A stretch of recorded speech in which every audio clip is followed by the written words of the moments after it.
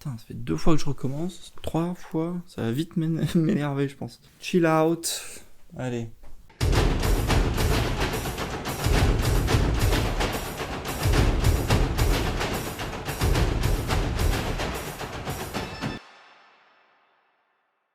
Bonjour à tous et bienvenue sur cette vidéo qui se veut très personnelle mais aussi informative. Je vais vous parler de mon expérience en tant qu'étudiant du DUT MMI de Dijon.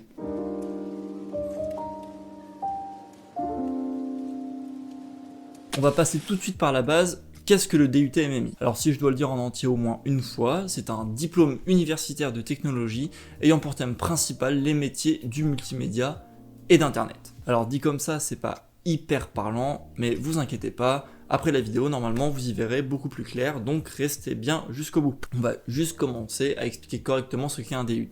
Alors un DUT, c'est une formation qui est accessible après l'obtention du bac.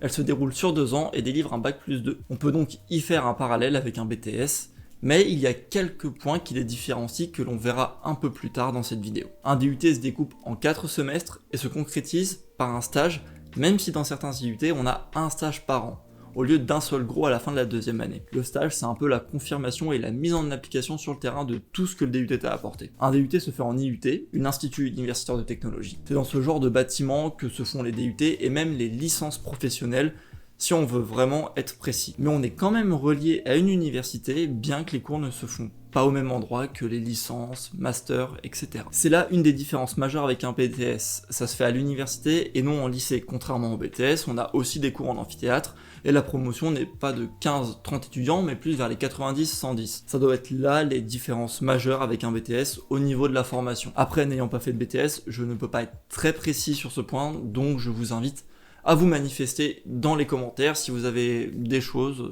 à ajouter, à apporter. Voilà pour le DUT en général. Bac plus 2, fait dans des IUT, relié à des universités, découpé en semestres, dans des promos d'environ 100 étudiants, et des cours découpés en TP, TD, amphithéâtre. J'ajouterai aussi que même si c'est fait à l'université, les cours sont très pratiques, contrairement à une licence générale.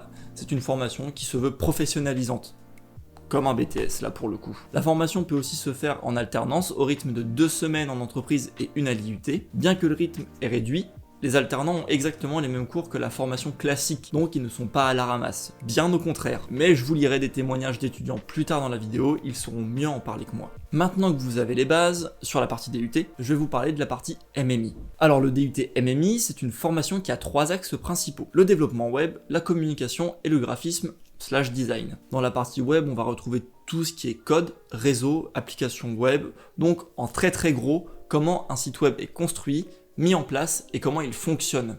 Et bien sûr, vous n'apprenez pas seulement comment il marche, vous apprenez à le faire aussi. Préparez-vous à apprendre HTML, CSS, JS, PHP et j'en passe. La partie communication, elle, regroupe toutes les matières en rapport, entre guillemets, avec l'analyse de la concurrence, l'analyse des médias, tout ce qui va être un peu plus théorique au départ. Limite de la philo par moment, je trouve. Donc on retrouve aussi tout ce qui est marketing, un peu de droit, comment bien viser une cible quand on veut vendre un service ou un produit, aussi de la mise en place de stratégies de communication, etc. J'aimerais bien vous montrer des cours pour vraiment que vous vous rendiez compte de ce que c'est, mais j'ai pas le droit, donc tant pis. Au pire, il y a le programme de la formation qui sera disponible dans la description si vous voulez fouiller un peu en profondeur de votre côté. Et le 3e axe, qui est le graphisme, comporte toutes les parties sur la création de visuels. Je vais pas vous énumérer tout ce qui est possible, car sinon on y est jusqu'à demain. Mais à la volée, je pourrais vous dire logo, charte graphique, affiche, carte de visite, maquette de site web, et je vous dis j'en passe quoi. On a aussi de l'histoire de l'art, de la photographie, de la 3D, de l'animation et de l'audiovisuel. Petit disclaimer sur l'audiovisuel, si vous venez en MMI pour l'audiovisuel, ne venez pas. Ce n'est qu'une petite partie de la formation, après il y a toujours moyen d'en rajouter un peu, je vous expliquerai plus tard. Mais ne venez pas que pour l'audiovisuel. Sinon, dans la partie graphisme, ne vous attendez pas à venir apprendre à dessiner. Un peu quand même, hein, les bases, genre notion de perspective, etc. Ou alors faire des photos de performance artistique. C'est pas les beaux-arts. On est là pour apprendre à valoriser un service, un produit, pour le faire vendre ou lui donner de la visibilité. Alors certes, il faut avoir un esprit artistique, il faut avoir de l'originalité et tout, mais il ne faut pas oublier qu'en MMI, on fait des arts appliqués, pas des arts plastiques. Voilà, je le dis peut-être mal, mais c'est pas une formation d'art comme les beaux-arts. Donc faites attention. Après, ça n'empêche que vous allez forcément pratiquer, ne vous inquiétez pas. Au dernier semestre, on choisit de se spécialiser dans un des 3 axes cités. Et du coup, on va vraiment faire des trucs que d'autres étudiants ne feraient pas. Genre en graphisme, on a fait de la conception de packaging, ou alors beaucoup de photos pendant que les devs, eux, apprenaient à faire des applis mobiles, à intégrer des GPS et maps, etc. Ce genre de choses. Donc voilà, on a expliqué en gros MMI. Donc vous aurez compris que le but c'est de former au métier du web et aux métiers qui composent la création du web en général. Dev web, graphiste, web designer, chargé de com. Et si on élargit le spectre, on peut même aller vers tous les métiers qui composent la vidéo, genre monteur, opérateur caméra, etc. J'en oublie très certainement, comme toute la partie com, genre community manager, chargé de com, chargé de projet, etc. Mais vous aurez compris qu'on peut faire plein de choses, trop de choses avec MMI, mais j'y reviendrai plus tard. Qu'est-ce que j'en ai pensé? Je vais être très clair, j'ai adoré ces 2 ans. Si c'était à refaire, je le referais sans hésiter. Attention, ce n'est que mon avis, et je vais quand même nuancer mes propos, histoire de pas passer pour un vendu. Il faut savoir que MMI c'était que mon plan B à la base, car certes, j'étais très intéressé par tous les métiers du multimédia et de l'image, mais j'avais un penchant certain pour l'audiovisuel, d'où le disclaimer que je vous ai fait au début. Ça ne m'a pas empêché de kiffer la formation, car j'ai su en tirer les atouts qui pourraient me servir dans mon domaine. Exemple, l'histoire de l'art, le graphisme et l'étude de la composition photographique ou d'une œuvre me servent énormément dans la réalisation et la réflexion que je fais au niveau de mes plans de vidéo. Quel message avec quelle ambiance, quelles couleurs se répondent bien, etc. La partie communication, elle, me sert surtout à l'écrit et dans l'analyse critique de ce que je peux dire ou faire. Sans compter le choix de la réalisation en fonction de la cible et du but de la vidéo. Ça marche pareil pour tout. Les gens qui font plus du graphisme ou du web design vont aussi se servir de cette partie pour orienter leur choix artistique. Après, je vous avoue que la partie web m'est un peu passée au-dessus à partir de la fin du 2e semestre et du 3e, car ça m'intéressait juste pas en fait, carrément pas même.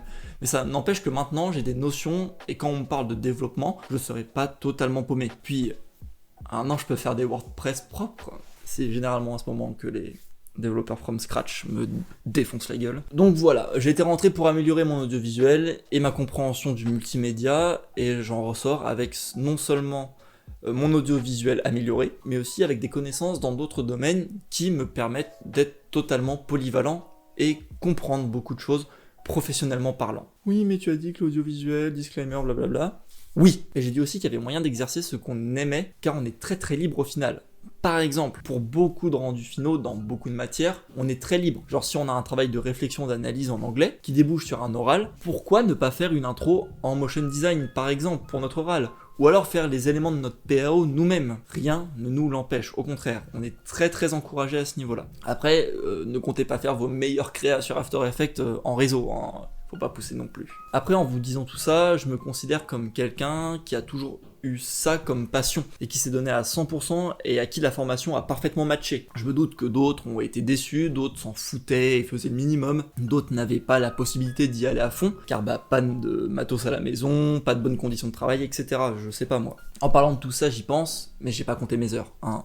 Je suis clairement pas le seul. Le nombre de soirées passées à bosser, créer, les réunions de groupe de travail le week-end, etc. ou 2-3 nuits blanches car on voit pas l'heure passer. Faut pas que ça fasse peur, hein. Il y en a qui ont leur DUT sans faire la moitié de ça. Mais sachez que les mains dans les poches en freestyle, ça passe peut-être pour certains, mais ils sont pas nombreux.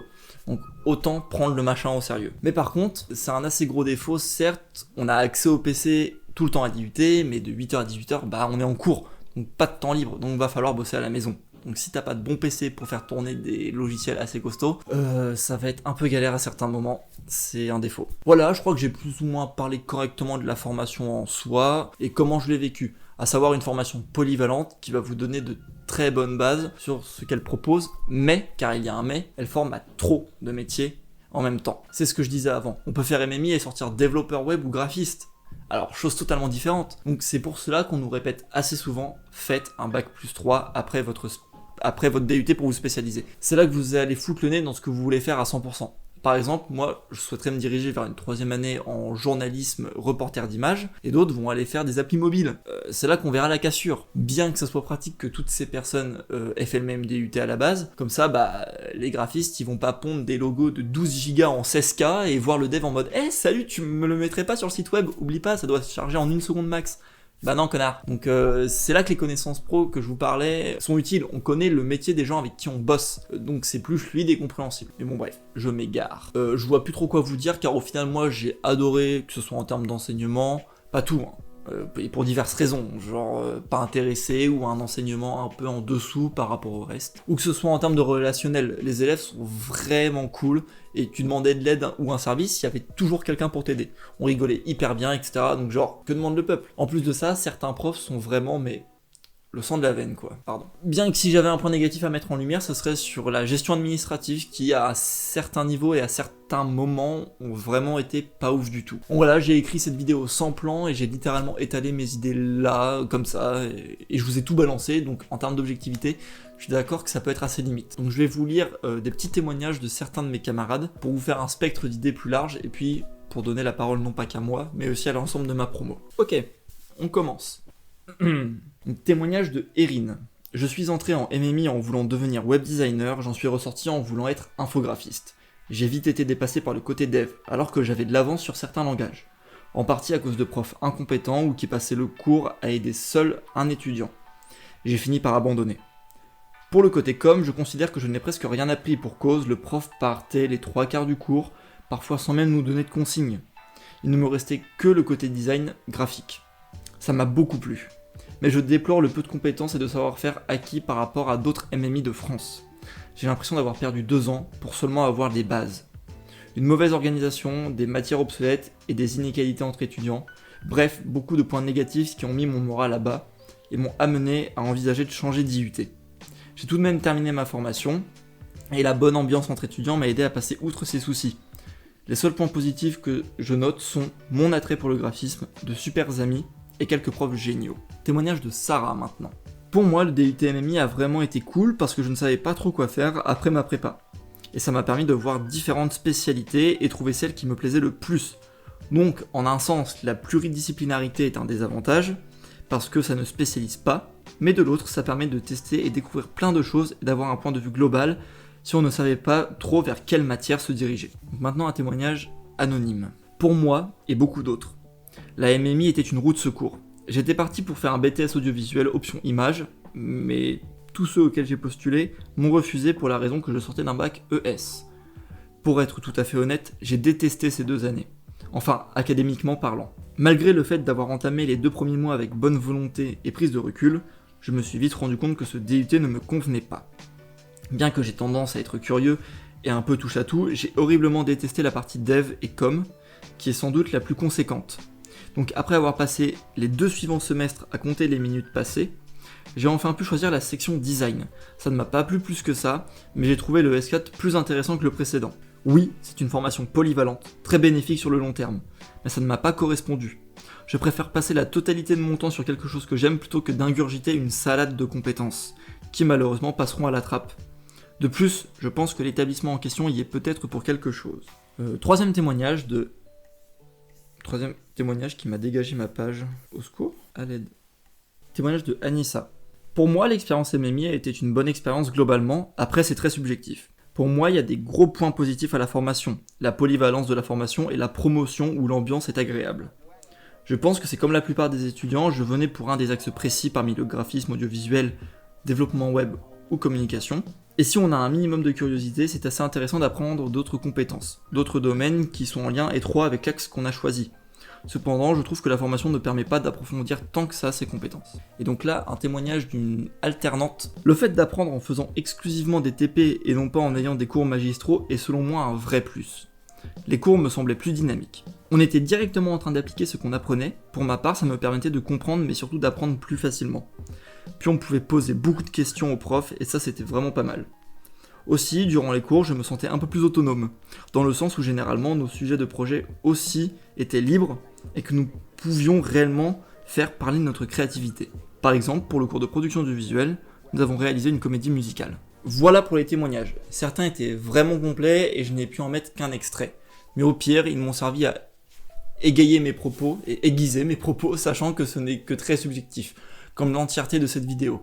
J'espère que ça en aidera à se décider ou juste à se renseigner un peu mieux sur cette formation. Gardez bien à l'esprit que l'on parle ici de l'IUT de Dijon, et non pas de tous les IUT de France. Chacun ont leur spécialité et les étudiants auront forcément d'autres ressentis. En tout cas, je remercie les personnes de ma promo qui ont pris le temps de m'écrire un petit témoignage. Je n'ai pas tout diffusé, sinon On y sera encore dans 20 minutes. Si vous avez des questions, n'hésitez pas en commentaire. Pareil, si vous avez des précisions à apporter, les commentaires. En tout cas, merci d'avoir regardé cette vidéo. N'hésitez pas à la partager si vous connaissez des gens intéressés qui cherchent à se renseigner. Et puis, on se retrouvera pour une vidéo de ce type si je continue mes études. J'espère.